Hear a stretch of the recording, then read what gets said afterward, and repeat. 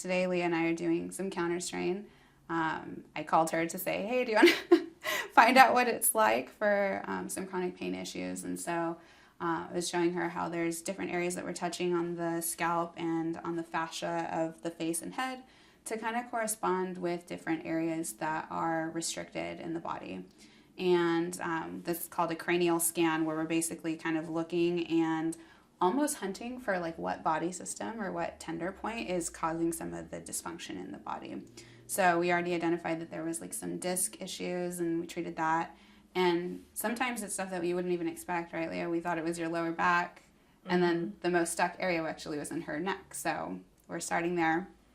And so feel free, Leah, to share like what you're experiencing as I'm treating, and I'll share what I'm finding. So when we find a tender point, it'll make the stuck part move again. So if you can see, I'll show you on this side. As I touch here, we're not getting a lot of movement. I can like move this, but then when I try to do that here, it's just kind of stuck. And so then I'll find the area on her neck. Is it okay that I reach across you? Yeah, of okay. course.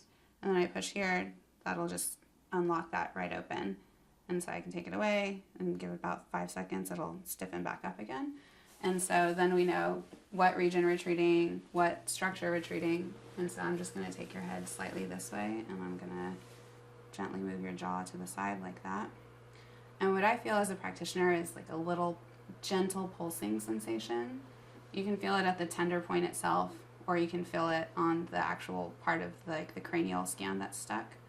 And then what are you feeling, Leah, as this is releasing?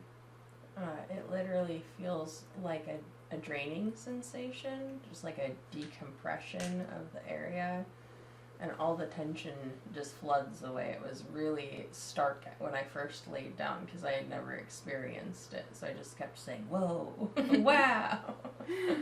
I found yoga due to my lifelong chronic pain, so I already know a lot of what Bree talks about, but not nearly all of it, so I find it really interesting. And I'm really excited to see the benefits since this is my first time. Mm-hmm. And the way that we know it's done is like that little pulsation will eventually stop, and then that tissue should wiggle freely like that. And so then we'll go find its buddy, because for every side there's like kind of the law of, you know, we call it biotensegrity. Like if you think of a suspension bridge, if you cut one piece of it, like it's going to start going like that. So we have to kind of go balance the other side out. So we'll just go treat that other side. As I'm going to bring you this way, I'm going to gently bring your head up like that, and then I'm going to let your jaw go like that, and you can just let that jaw relax. And just based on my hand position right now, I'm just going to like feel the actual tender point in the neck and let that go. Ooh, that's a good release. Can you feel that one going? Mm-hmm. And most of my patients will be like, it doesn't even feel like you're doing anything, but I just feel better. So I can feel the sensation, like it's not just my jaw, I can feel it down through my neck and even through like the left shoulder. So it's really interesting, and I imagine that there's many different variabilities about patients being in tune with how much they can feel that, but they at least know that they're feeling better, which is really interesting. mm-hmm.